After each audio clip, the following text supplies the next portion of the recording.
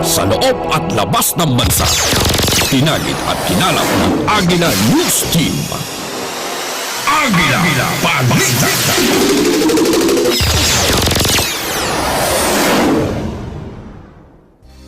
Narito ang balita. Sa New York, lingap sa mamamayan, tumulong sa isang komunidad sa Brooklyn matapos ang trahedyang pamamaril. Lingap sa mamamayan nagbigay ng libo-libong dolyar sa mga lokal na organisasyon at namahagi ng daan-daang goodwill packages sa mga residente ng DC, Maryland at Virginia. Para sa balitang pangkalusugan sa Canada, usaping pampakondisyon, ehersisyo at tamang pagkain, hatid ng Vancouver Fitness Expo. At Peking Police nang bibiktima ng mga taga-Canada. Ito ang Agila Balita. Sumasa inyo mula sa Philadelphia. Ako si Myla Simbulan. Agila Balita.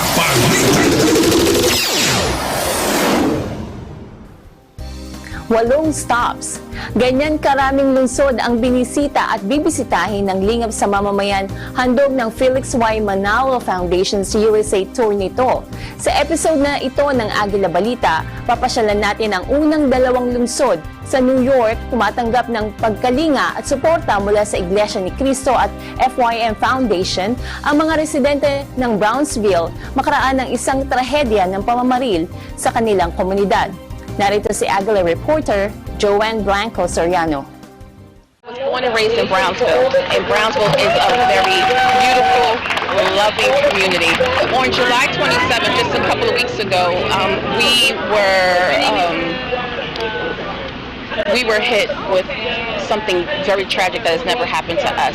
We were celebrating Brownsville Old Timers Day, and at the end of our community event, 2 gunmen opened fire on the playground and shot 12 people. When mass shootings and gun violence hit other cities across America, the nation mourned with the victims of El Paso, Texas and Gilroy, California during the same time period, while the incident in Brownsville, Brooklyn did not receive nearly as much coverage or attention. Growing up, and especially in this community, we always felt like we were alone and with nobody else. We in the corner of Brooklyn somewhere and we're forgotten. The community of Brownsville gathered again in the very same spot where tragedy struck just 2 weeks earlier, this time for a chance to heal and regain hope through an Aid to Humanity community outreach by the Felix Y. Manalo Foundation and the Iglesia ni Cristo. Foreign, state, and local dignitaries delivered messages of hope and strength to the 2,000 people gathered on Hegeman Avenue. Donation checks were presented to 9 Brownsville organizations to help with their mission of providing services to the immediate community. We are so appreciative of the FYM Foundation that they came to our aid in a much needed time. They have no idea what this money is going to do for the community, for the Brownsville community. We so much appreciate it from the bottom of our heart. It's a wonderful effect on the community. I feel now that we can really get together as one whole to really be here for each other. I'm feeling very moved, emotional, because this is the exact spot, the catalyst that set all this in motion, where our young brother Jason was killed right here at the same spot. And we all came out, the 2 guys came out in solidarity and supported us. That really touched my heart. I really appreciate that.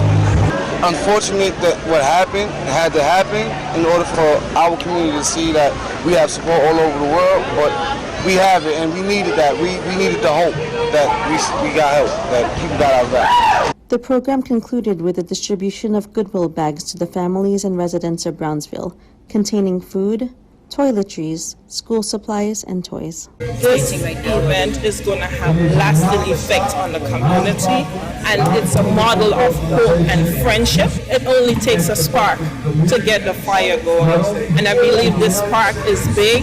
And what you're doing for the NGOs, they can in turn help themselves and help others. This was the first stop of the Aid to Humanity tour across 8 U.S. cities. Reporting from Brownsville, Brooklyn, in New York, this is Joanne Soriano for Eagle News, 1 with 25. Salamat, Joanne. Sa aming pagbabalik, lingap sa mamamayan, USA Tour pa rin. Huwag kayong aalis, magbabalik ang Agila Balita. Agila Balita.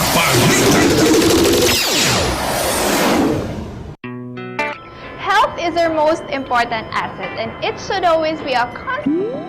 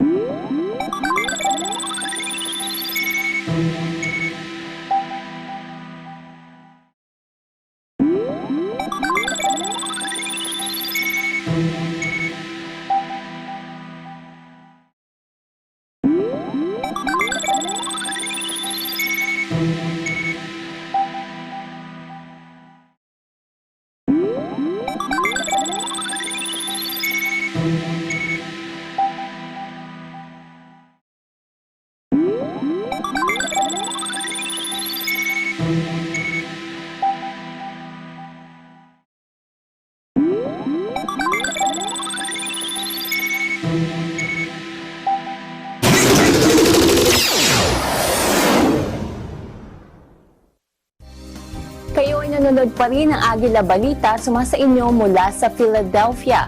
Ako si Myla Simbulan. Para sa ikalawang stop ng Lingap sa Mamamayan USA Tour, tumulong ang Iglesia ni Cristo at ang Felix Y. Manalo Foundation sa mga residente ng DC, Maryland at Virginia sa pamamagitan ng pamimigay ng goodwill packages at pamamahagi ng libo-libong dolyar na donasyon sa mga lokal na organisasyon. Para sa detalye, narito si Agila reporter Ace Ramirez. On its second stop for this year's Aid to Humanity tour, the Felix Y. Manalo Foundation, through the Church of Christ, donated thousands of dollars to 6 local organizations and distributed hundreds of goodwill packages filled with school supplies and household essentials to residents of DC, Maryland, and Virginia. Those who received the check donations include Reality Check Mentoring Incorporated, an organization dedicated to developing minds of young males of color ages 10 to 17 through mentoring, focused character development, and education. The 7th Councilmanic District Constituent Fund Committee, whose mission is to assist the general welfare of the less fortunate within this district of Prince George's County, Maryland.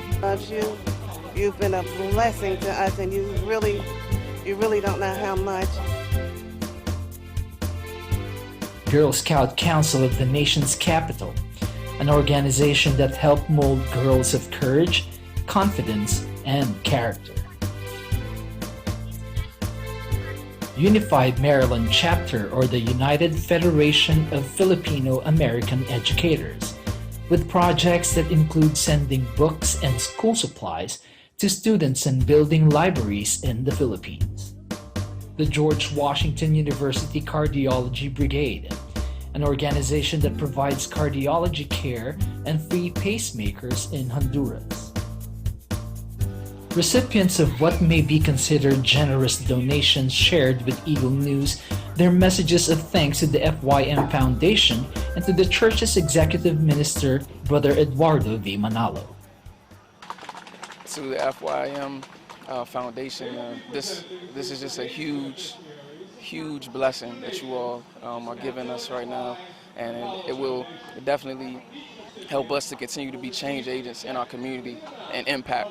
The message is, we love you. My organization loves you. You've been a blessing to us, and you really don't know how much, and I appreciate you inviting me here. And if there's anything that my organization can do for you, please let me know. You're a wonderful organization, and God bless each and every one of you. And thank you so much. Grateful to be recipient of the award this year. We thank the foundation very much for their efforts in helping us put the pacemakers in patients in Honduras for their 10th year anniversary this time. Thank you. Thank you so much for having us. Your gift will be very, very helpful to our projects in the Philippines, particularly with our feeding program, with our Adapt a School project, our Salindunong project, and our donation for bangkas to the fishermen. And what else?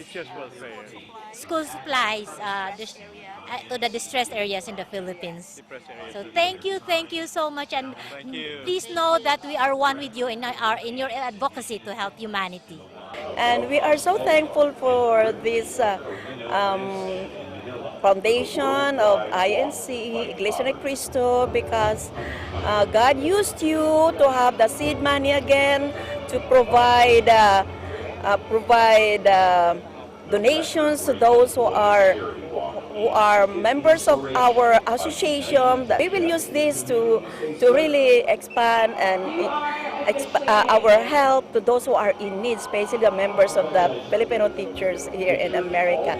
And I'm very much thankful that we were invited to this event, and we're also thankful for the gift that were donated to us. This is really very important to us because we are continuing the education of the minds of young children so that they will not forget our Philippine culture. This is indeed a great donation that we did not expect at all, but the $10,000 donation will go a long way. We have started a lot of projects, as our friends have said over here, and we pray that this foundation, the Felix Y. Manalo Foundation, Aid to Humanity, will continue, especially saving lives and helping the most needed, including association, organization like the Unified. Again, God bless and congratulations for the 105th anniversary. In behalf of our chapter, I would like to express our heartfelt gratitude, or should I say never-ending gratitude, to the Felix Y. Manalo Foundation for such generosity. This is unexpected.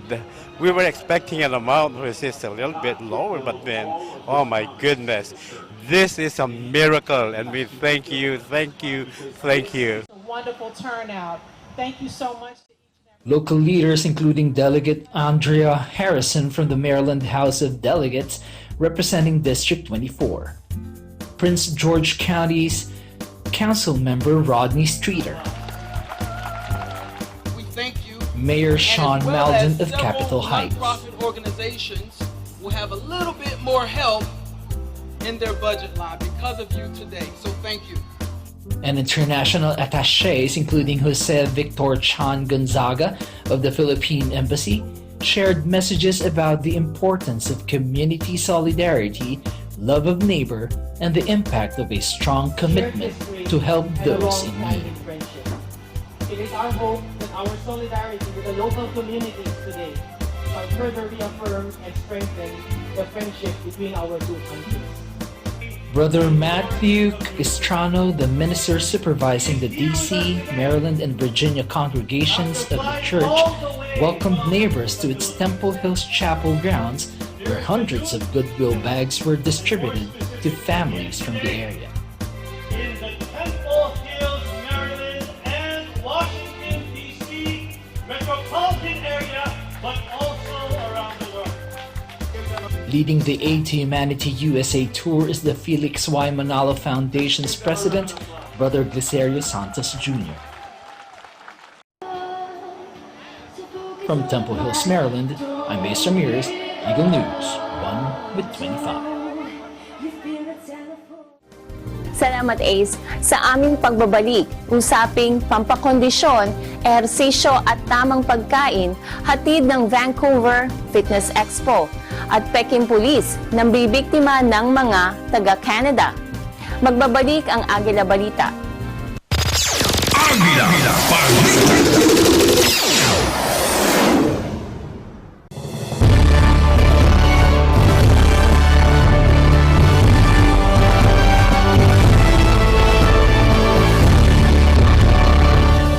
Mula po sa tanggapan ng finance, kapatid na Eduardo B. Manalo, happy 10th anniversary po sa inyong matagumpay at makapangyarihang panguna sa buong iglesia. We love you po!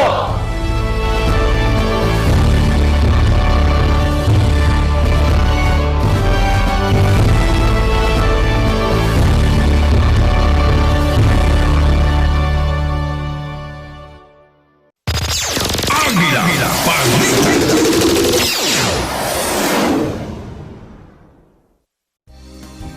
Ito ang Agila Balita. Ako si Myla Simbulan. Health buff ka man o hindi, marami kang madidiskubre rito sa Vancouver Fitness Expo mula sa pampangkondisyon, ehersisyo at tamang pagkain. Narito ang ulat ni Agila reporter Jay Suarez.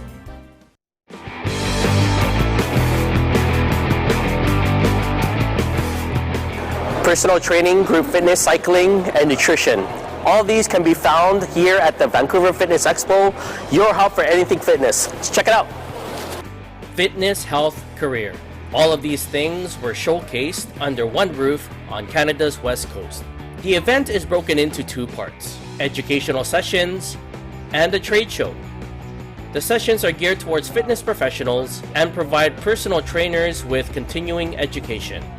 For most people dropping into the expo, the trade show is the highlight, as well as the latest in fitness equipment. Visitors can sample various nutritional concoctions that promoters say will lead to wellness. We sample some of their delicacies.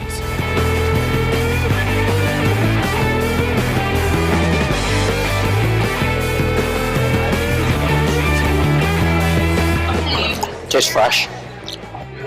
After satisfying our nutritional needs, we tried out some of the exercise equipment.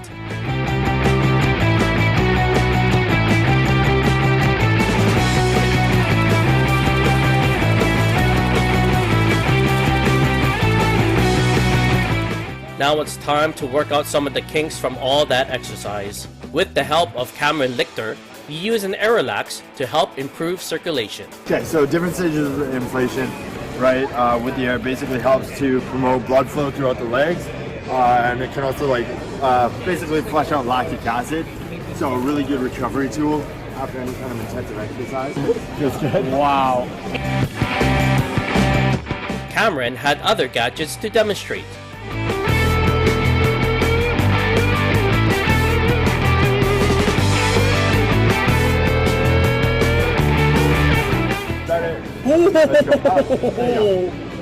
The show in Vancouver has been held annually since 1993. It is organized by CanFit Pro, an organization that serves Canada's fitness industry and the people that work in it. From the Vancouver Convention Center, I'm Jay Suarez, 1 with 25. Salamat, Jay.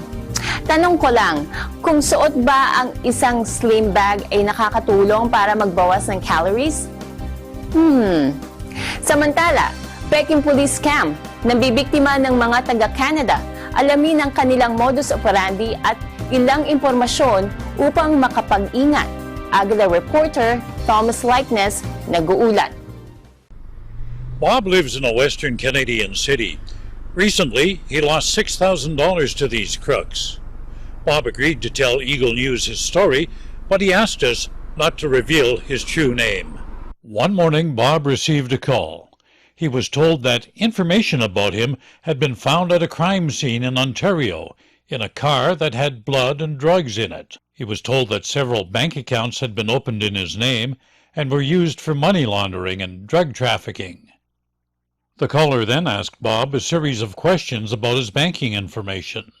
When he questioned the legitimacy of the caller, Bob was told to type in the phone number on his caller ID into Google, which then directed him to what appeared to be a government website. Because Bob had previous problems with identity theft, he decided to follow the directions of these bogus investigators in an attempt to clear his name. He was instructed to go to his bank and withdraw $6,000. He was told that by doing so, police would be able to verify he had nothing to do with the other accounts. Bob was assured the money would be held by the government and returned to him within 15 minutes.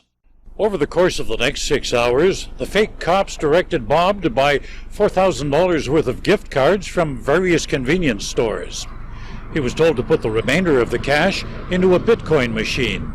I asked Bob, why didn't you just hang up? Why didn't you ask someone for advice? They made it very clear that if I told anyone, it could compromise the investigation, so I had to keep silence and just follow their directions. As the scam played out, Bob says there were 3 people involved. Well, the first one was the alleged junior officer. They took the information. The second one was the bad cop. His idea was to get you all upset so that you would hang up. And then the third one would call you back, and he was the good cop, the one that you could trust. And of course, that's how they were able to extort the money from me. At one point, he was warned if he hung up, his bank account would be suspended for 6 months and police would arrest him. When Bob realized he'd been scammed, he went to the bank and then called police. In retrospect, he says he was disappointed the bank did not question his withdrawal of such a large sum of money. The bank managers were stunned at that it had happened. But what I was really upset about from the bank manager's point of view from the other bank was that they didn't question such a big transaction, considering the fact I've never taken out that kind of money out of my account ever. So Bob added one convenience store clerk did question his purchase of the gift cards. There was one staff member who did, and I wish I had listened to her, but again, at the time they even gave me a script of what to say to them if I was asked any questions. She just said, "Are you sure that this is not a scam?" And I just said, "No, they're for my little brother." And that was what the script was. Many people who have been conned out of money feel so ashamed they won't even file a police report. But Bob says he wants people to know his story. It's just because I don't want to see anybody else fall victim to this. I'm a Christian myself, so knowing that that this happened to me, I just don't want it to happen to anybody else. So if we can get as much education out there as to what's going on, and hopefully the banking institutions and the law enforcement can get involved as well, it would be a great help, in that maybe we can at least deter or even stop these thieves from doing what they're doing. He says banks could do a lot to stop this kind of fraud. Well, if you really want to make it difficult for them, I think the banks would be the best option, because people will still answer their phone regardless, and people will still listen to these people. But if the banks are well informed and can even, deter these thieves by either posting it straight on the windows, or when these people are pulling out that kind of sum of money and it seems like they're agitated, maybe ask questions, or even better yet, have a sign saying that if you're being harassed over the phone, this is a scam, hang up, we'll call the police. Police and government agencies say they will never ask you for money to clear your name. If they do want to talk to you, they'll call you and make arrangements to meet in person, probably in a government office or at the police station. If you should get a suspicious phone call and you don't recognize the number, let it go to voicemail. If you do answer it and you're still suspicious, just hang up. In Edmonton, Thomas I. Likeness, Eagle News, I'm one with 25. Salamat, Thomas. At iyan ang Agila Balita para sa linggong ito. Samahan niyo kaming muli sa susunod na Lunes para sa isa na namang edisyong puno ng impormasyon mula sa aming bureau sa buong mundo. Bisitahin ang aming websites sa eaglenews.net at eaglenewslive.com. Sundan kami sa Twitter at twitter.com/eaglenews at sa facebook.com/eaglenews. Salamat sa panonood. Ako si Myla Simbulan, laging 1 with 25. Sumainyo ang mga balitang kinara. Maingat mo